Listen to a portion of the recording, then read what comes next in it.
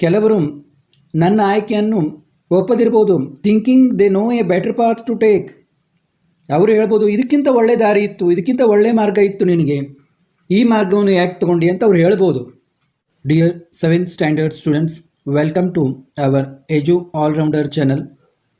Today we will going to learn your first English poem, Self-Reliance, written by Kathleen Delicato. What poetess want to tell in this poem? Poetess means female poet. This poem tells you how self-reliance helps a person win in life.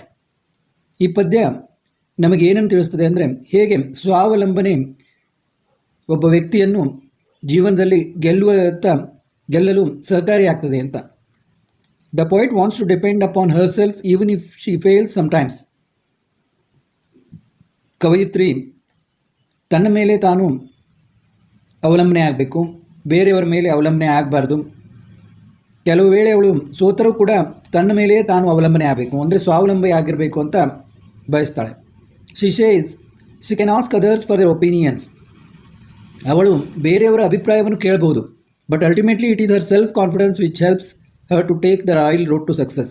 ಆದರೆ ಕೊನೆಗೆ ಅವಳ ಆತ್ಮವಿಶ್ವಾಸ ಅವಳನ್ನು ಒಂದು ವಿಜಯದ ಗೆಲುವಿನ ಹೆದ್ದಾರಿಗೆ, royal road, ಒಂದು ರಾಜ ರಸ್ತೆಗೆ, ಹೆದ್ದಾರಿಗೆ ಅವಳನ್ನು ಒಯ್ಯುವಲ್ಲಿ ಸಹಾಯ ಮಾಡ್ತದೆ ಅಂತ. ಅವಳ ಏನು ಒಂದು ಸೆಲ್ಫ್ ಕಾನ್ಫಿಡೆನ್ಸ್, ಅವಳಿಗಿರುವ ನಂಬಿಕೆ, ಅದು ಅವಳನ್ನು ಗೆಲುವಿನ ಹೆದ್ದಾರಿಯತ್ತ ಕೊಂಡೊಯ್ಯಲು ಸಹಾಯ ಮಾಡ್ತದೆ ಅಂತ. ಅವಳು ಬೇರೆಯವರನ್ನು ಕೇವಲ ಅವರ ಒಂದು ಅಭಿಪ್ರಾಯವನ್ನು ಕೇಳಬಹುದು, ಆದರೆ ಕೊನೆಗೆ ಎಲ್ಲವನ್ನು ನಿರ್ಧರಿಸುವವಳು ಅವಳೇ ಆಗಿರ್ತಾಳೆ ಎನ್ನುವುದನ್ನು ಕವಯಿತ್ರಿ ಇಲ್ಲಿ ಹೇಳ್ತಾರೆ. I realise now that I am alone. I realise now that I am alone. ಈಗ ನನಗೆ ಅರಿವಾಗಿದೆ ನಾನು ಏಕಾಂಗಿಯಾಗಿದ್ದೇನೆಂದು. ಅಲೋನ್ ಅಂದರೆ ಏಕಾಂಗಿ. ಕವಯಿತ್ರಿ ಹೇಳ್ತಾಳೆ, ಈಗ ನನಗೆ ಅರಿವಾಗಿದೆ ನಾನು ಏಕಾಂಗಿಯದೇನೆ ಅಂತ. On myself I must learn to rely. On myself, ನನ್ನಷ್ಟಕ್ಕೆ ನಾನು ಕಲಿಯಬೇಕು, ನನ್ನ ಮೇಲೆ ನಂಬಿಕೆ ಇಡುವುದನ್ನು ಕಲಿಯಬೇಕು ಅಂತ ಹೇಳ್ತಾಳೆ. On myself I must learn to rely. Rely ಅಂದರೆ ಟ್ರಸ್ಟ್ ಆರ್ ಹ್ಯಾವ್ ಫೇತ್, ಅಂದರೆ ಮೊದಲು ನನ್ನ ಮೇಲೆ ನಾನು ನಂಬಿಕೆ ಇಡಲಿಕ್ಕೆ ಕಲಿಯಬೇಕು. I have to begin to stand on my own. I have to begin to stand on my own. ನಾನು ನನ್ನಷ್ಟಕ್ಕೆ ನಾನು ನಿಲ್ಲಲು ಕಲಿಯಬೇಕು ಅಂತ. ನನ್ನ ಮೇಲೆ ನಾನು ನಂಬಿಕೆ ಇಡಬೇಕು, ನನ್ನಷ್ಟಕ್ಕೆ ನಾನು ನಿಲ್ಲಲು ಕಲಿಯಬೇಕು. If I fail I must continue to try. ಒಂದು ವೇಳೆ ನಾನು ಸೋತರೆ ಮತ್ತೆ ಪ್ರಯತ್ನ ಮಾಡಬೇಕು, ಮತ್ತೆ ಮುಂದುವರೆದು ಪ್ರಯತ್ನ ಮಾಡ್ತಾ ಇರಬೇಕು. I can ask others for there opinions. ನಾನು ಬೇರೆಯವರ ಅಭಿಪ್ರಾಯಗಳನ್ನು ಕೇಳಬಹುದಷ್ಟೇ. ನಾನು ಬೇರೆಯವರ ಅಭಿಪ್ರಾಯಗಳನ್ನು ಕೇಳಬಹುದು, but ultimately it is I who will decide. ಆದರೆ ಕೊನೆಯಲ್ಲಿ ನಿರ್ಧಾರವನ್ನು ತೆಗೆದುಕೊಳ್ಳುವುದು ನಾನೇ ಅಂತ. ಬೇರೆಯವರ ಅಭಿಪ್ರಾಯಗಳನ್ನು ಕೇಳಬಹುದು ನಾನು, ಆದರೆ ಕೊನೆಯಲ್ಲಿ ನಿರ್ಧಾರವನ್ನು ತೆಗೆದುಕೊಳ್ಳುವುದು ನಾನೇ. I will be the ruler of my dominion. Dominion ಅಂತಂದರೆ ಟೆರಿಟರಿ ವಿತ್ ಒನ್ ರೂಲರ್ ಅಂತ, ಅಂದರೆ ಒಂದು ಪ್ರದೇಶ, ಅಲ್ಲಿ ಆಳುವವನು ಒಬ್ಬನೇ ಅಂತ.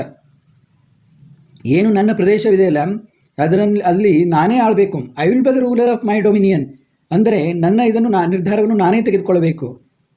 ನನ್ನ ನಿರ್ಧಾರಗಳಿಗೆ ನಾನೇ ರಾಜ, ಬೇರೆಯವರು ನನ್ನ ನಿರ್ಧಾರವನ್ನು ತೆಗೆದುಕೊಳ್ಳಲಿಕ್ಕೆ ಬರುವುದಿಲ್ಲ ಅಂತ.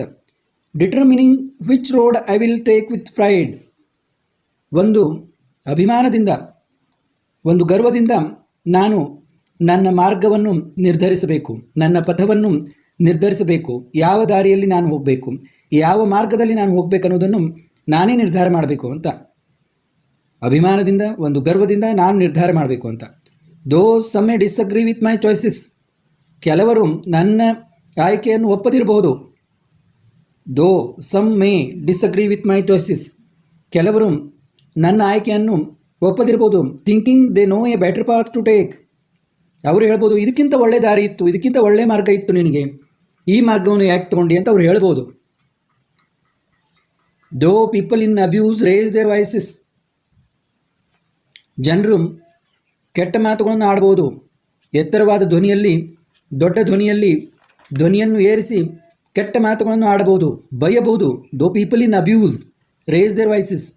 ಅಂದರೆ ಇಲ್ಲಿ ಇನ್ ಬಿಟ್ವೀನ್ ನಾವು ಏನು ತಿಳ್ಕೊಬೇಕಂದ್ರೆ, ಯಾವಾಗ ಅವರ ಮಾತುಗಳನ್ನು ಅವರ ಸಲಹೆಗಳನ್ನು ಕೇಳದಿದ್ದಾಗ ಅವರು ಬೈಯಲೂಬಹುದು, ಕೆಟ್ಟ ಮಾತುಗಳನ್ನು ಆಡ್ಬೋದು. It is up to me my destiny to make. ಆದರೆ ಇದು ನನಗೆ ಬಿಟ್ಟದ್ದು, ನನ್ನ ವಿಧಿಯನ್ನು ನಾನೇ ಮಾಡಿಕೊಳ್ಬೇಕು ಅಂತ. ನನ್ನ ವಿಧಿಯನ್ನು ನಾನು ಮಾಡಿಕೊಳ್ಳೋದಂದರೆ ನೀವು ಯಾವ ರೀತಿ ಯಾವ ಮಾರ್ಗದಲ್ಲಿ ನಡೀತೀರಿ, ಎಷ್ಟು ಕೆಲಸ ಮಾಡ್ತೀರಿ, ಯಾವ ರೀತಿ ಕೆಲಸ ಮಾಡುತ್ತೀರಿ, ಅದರ ಮೇಲೆ ನಿಮ್ಮ ವಿಧಿ ನಿರ್ಧಾರವಾಗ್ತದೆ. ನೀವು ಅತಿ ಚೆನ್ನಾಗಿ ಓದಿದರೆ ರ್ಯಾಂಕ್ ಬರ್ತೀರಿ, ಫಸ್ಟ್ ಕ್ಲಾಸ್ ಬರ್ತೀರಿ. ನೀವು ಓದಲಿಲ್ಲ ಅಂದರೆ, ತೀರಾ ಓದಲಿಲ್ಲ ಅಂದರೆ ಫೇಲ್ ಆಗ್ಬೋದು. ಹಾಗೆ ನಿಮ್ಮ ವಿಧಿಯನ್ನು, ನಿಮ್ಮ ಫೇಟ್ ಏನು ವಿಧಿ ಅಂತೀವಲ್ಲ, ಡೆಸ್ಟಿನಿ, ಅದನ್ನು ಒಂದು ಪರೋಕ್ಷವಾಗಿ ನೀವೇ ನಿರ್ಧಾರ ಮಾಡ್ತೀರಿ ಅಂತ. ಡೆಸ್ಟಿನಿ ಅಂದರೆ ಫೇಟ್, ವಿಧಿ, ಅದನ್ನು ನೀವೇ ನಿರ್ಧಾರ ಮಾಡ್ತೀರಿ ಅಂತ ಇಲ್ಲಿ ಕವಿ ಹೇಳ್ತಾರೆ. It is up to me my destiny to make, by being rule to myself I begin.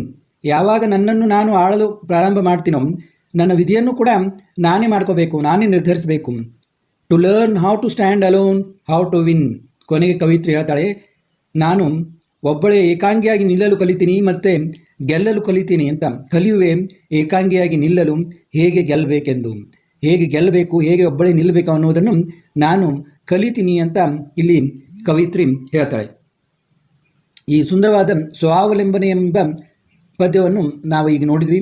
ಈಗ ಇದರ ಸಮ್ಮರಿ, ಇಂಗ್ಲೀಷ್ನಲ್ಲಿ ಸಮ್ಮರಿ ಕೇಳಿದರೆ ಹೇಗೆ ಬರೀಬೇಕು ಅನ್ನೋದನ್ನು ಸಿಂಪಲ್ ಆಗಿ ಕೊಡ್ತಾ ಇದ್ದೀನಿ ನೋಡಿ. Self Reliance, summary of the poem. In this poem, poetess feels she is alone. She has to learn herself and become self-confident. She may fail in the beginning, but to try again and again. I can ask opinion of others, but at last decision is mine. I am the king in my territory. I have to rule myself. I have to choose my own path with pride. Some people may not like my choice. They may tell, you had better choice than this. When poets neglect their advice, they start abusing with raised voice. But now poetess made her mind to do only what she feels better and right. She learns herself to believe and stand alone with winning confidence. This is the short, brief summary of the poem Self-Reliance. ಮುಂದಿನ ವಿಡಿಯೋಗಳಲ್ಲಿ ಮತ್ತೆ ಬೇರೆ ಬೇರೆ ವಿಷಯಗಳ ಪಾಠಗಳನ್ನು, ಪ್ರಶ್ನೋತ್ತರಗಳನ್ನು ನೋಡೋಣ. ನಮ್ಮ ಚಾನಲ್ಗೆ subscribe ಆಗದವರು subscribe ಆಗಿ ಮತ್ತು ನಿಮ್ಮ ಗೆಳೆಯರಿಗೂ ಕೂಡ ತಿಳಿಸಿ.